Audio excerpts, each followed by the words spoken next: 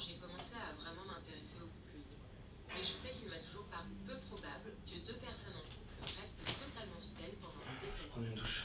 Et finalement, qui aiment Ok. rencontrer d'autres personnes qui pourraient leur plaire. Alors comment faire pour ne jamais craquer?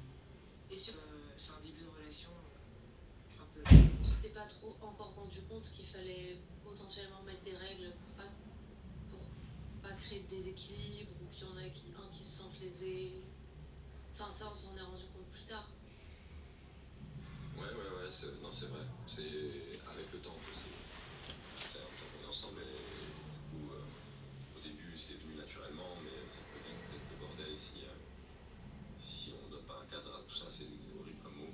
Ah, justement, le but, c'est de sortir du cadre. Mais je pense que mettre les choses, faire un petit contrat clair, au moins théorique, déjà, c'est un premier pas. Dans n'importe quelle relation, on a des règles qui sont souvent classiques. Moi, ce que je trouve intéressant dans votre relation et des relations dont j'ai envie de parler ici, c'est justement, en fait, évidemment qu'il y a des règles parce qu'on veut prendre soin de l'autre, mais du coup, c'est normal Enfin, ce qui est intéressant justement, c'est de dire bon bah les règles, elles nous intéressent pas, on va créer les nôtres.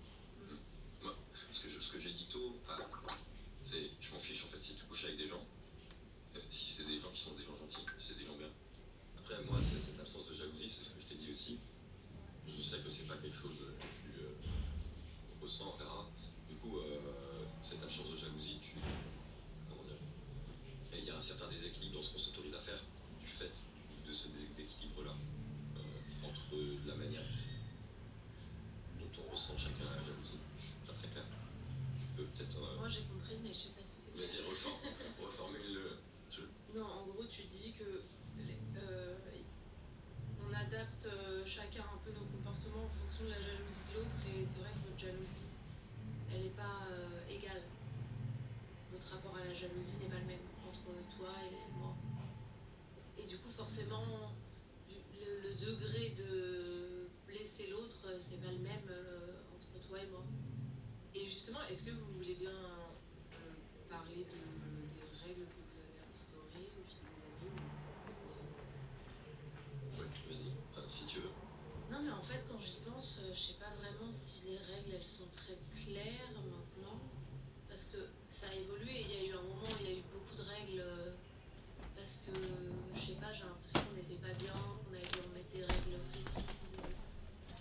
Je pense qu'il y a une chose qu'il faut garder en tête, c'est si ça va bien dans ton couple.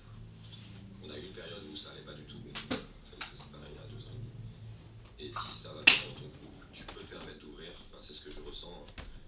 Quand ça va mal, il faut recentrer, tu vois. Donc ça, peut-être que c'est ça la règle. Ou en tout cas, c'est ce qu'on a vécu. Oui, il y a eu des règles ou des moments où ça allait pas bien, et la règle justement c'était de pas avoir d'autres histoires à côté pendant ces périodes-là. Ça faisait partie de trucs qu'on se disait.